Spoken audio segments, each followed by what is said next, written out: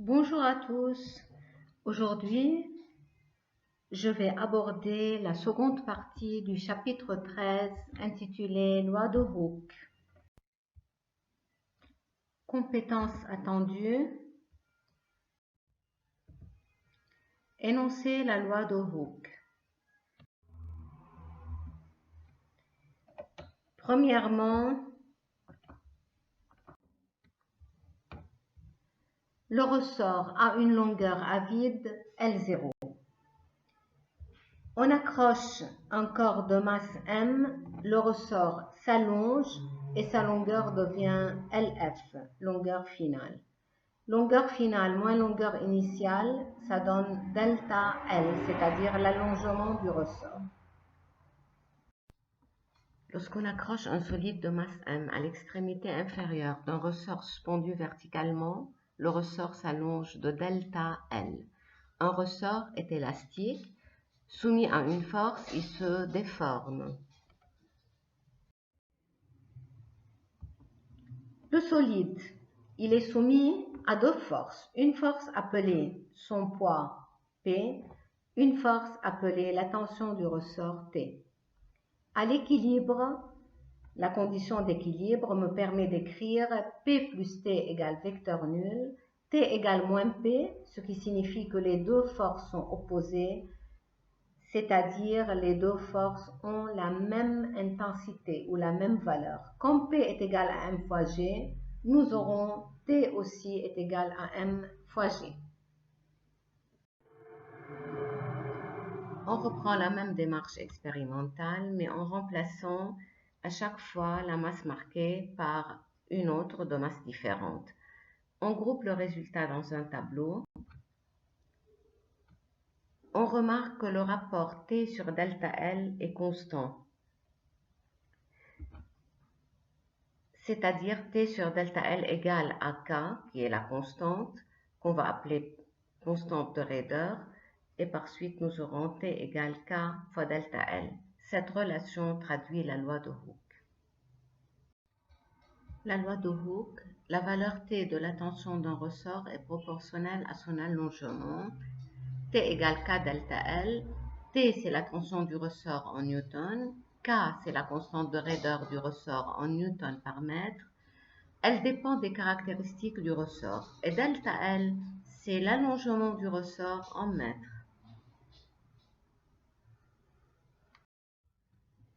La courbe qui donne les variations de T en fonction de delta L est une droite croissante passant par l'origine.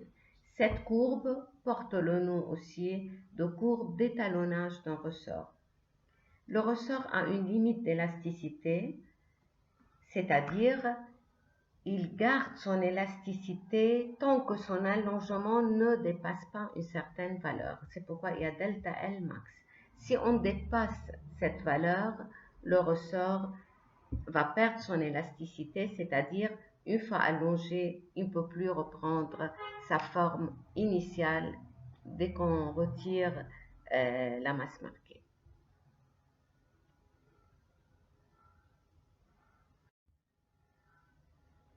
Deux, on passe à l'application.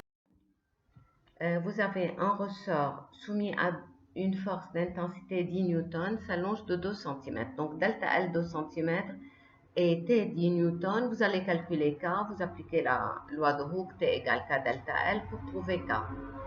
Déterminer son allongement, donc il faut trouver delta L. On a T et on a K qui ne change pas parce qu'elle caractérise le ressort. Et après, on vous demande de trouver F3, c'est-à-dire la tension du ressort, pour un allongement d'1 cm. D'après la loi de Hooke, F1 égale K delta L1. F1, c'est la tension du ressort.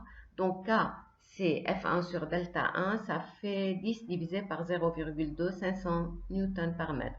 J'aurais pu laisser 2 cm au lieu de convertir et avoir 5 newtons par centimètre. C'est la même chose. Pareil pour la partie B.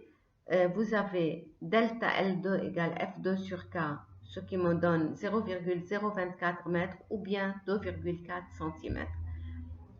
La partie C, la question C, vous avez F3 égale K fois delta L3.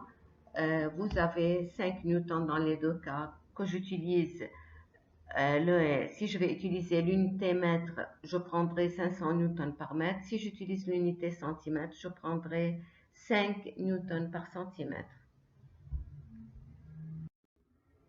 Maintenant, l'essentiel du cours. Donc, on récapitule. La valeur T de la tension d'un ressort est proportionnelle à son allongement. Ça, c'est la loi de Hooke qui est traduite par la relation T égale K fois delta L. La constante de raideur K dépend des caractéristiques du ressort. Dans le SI, la constante K s'exprime en newton par mètre.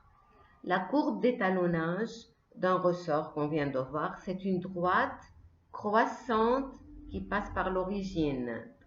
Son coefficient directeur est la constante K du ressort.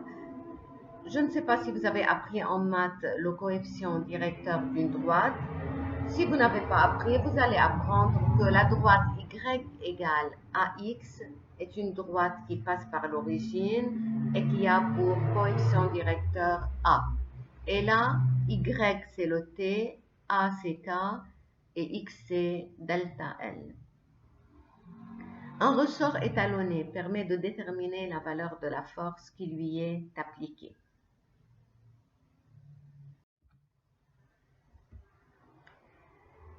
Maintenant, êtes-vous prêt pour un feedback? Voyons voir. Vous allez répondre par vrai ou faux. La première. Dans le SI, la constante de raideur K s'exprime en newton par centimètre.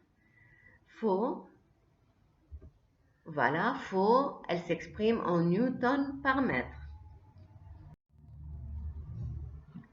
Un ressort de constante de raideur 50 newtons par mètre s'allonge plus facilement qu'un autre de constante de raideur 20 newtons par mètre. Je sais que 50 newtons par mètre, c'est-à-dire une force de 50 newtons, allonge le ressort d'un mètre. Une force de 20 newtons qui est bien plus petite l'allonge aussi d'un mètre. Donc c'est beaucoup plus facile pour le second ressort de s'allonger d'un mètre que le premier. Alors, je dirais c'est faux. C'est plus difficile pour le premier. La longueur d'un ressort double si l'on double la valeur de sa tension. Faux. C'est pas la longueur qui va doubler, mais c'est l'allongement du ressort qui va doubler. Rappelez-vous, quand on avait un ressort de longueur 20 cm, il s'allonge d'1 cm pour une force d'1 newton, alors la longueur devient 21. Et pour une force de 2 newtons, il s'allonge de 2 cm, la longueur devient 22 et pas le double. Un ressort soumis à une force de valeur 2 newtons s'allonge de 5 cm. Sa constante de raideur vaut alors 40 newtons par mètre. Comment je peux répondre à la question? Je dois faire un calcul. Vous avez T égale 2 newtons, 0,05 mètres.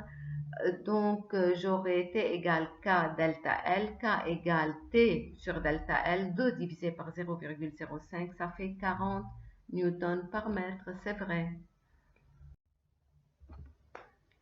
Un ressort de constante de raideur K égale 100 newtons par mètre à une longueur à vide L0 20 cm, soumis à une force F égale 1 newton, sa longueur devient 21.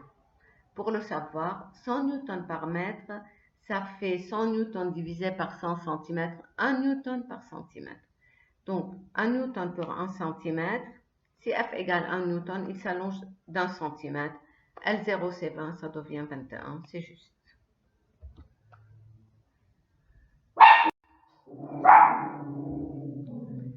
On peut appliquer la loi de Hooke à un ressort qu'il soit allongé ou comprimé. Oui, qu'il soit allongé ou comprimé, dans les deux cas, on peut appliquer la loi de Hooke. Au lieu de dire il s'allonge, on dit il se raccourcit. Préparation, vous allez préparer les pages 187-188, application des connaissances, numéro 5, 6, 7, 8, 9, 10. On se retrouve la semaine prochaine pour la correction. Merci et bon travail.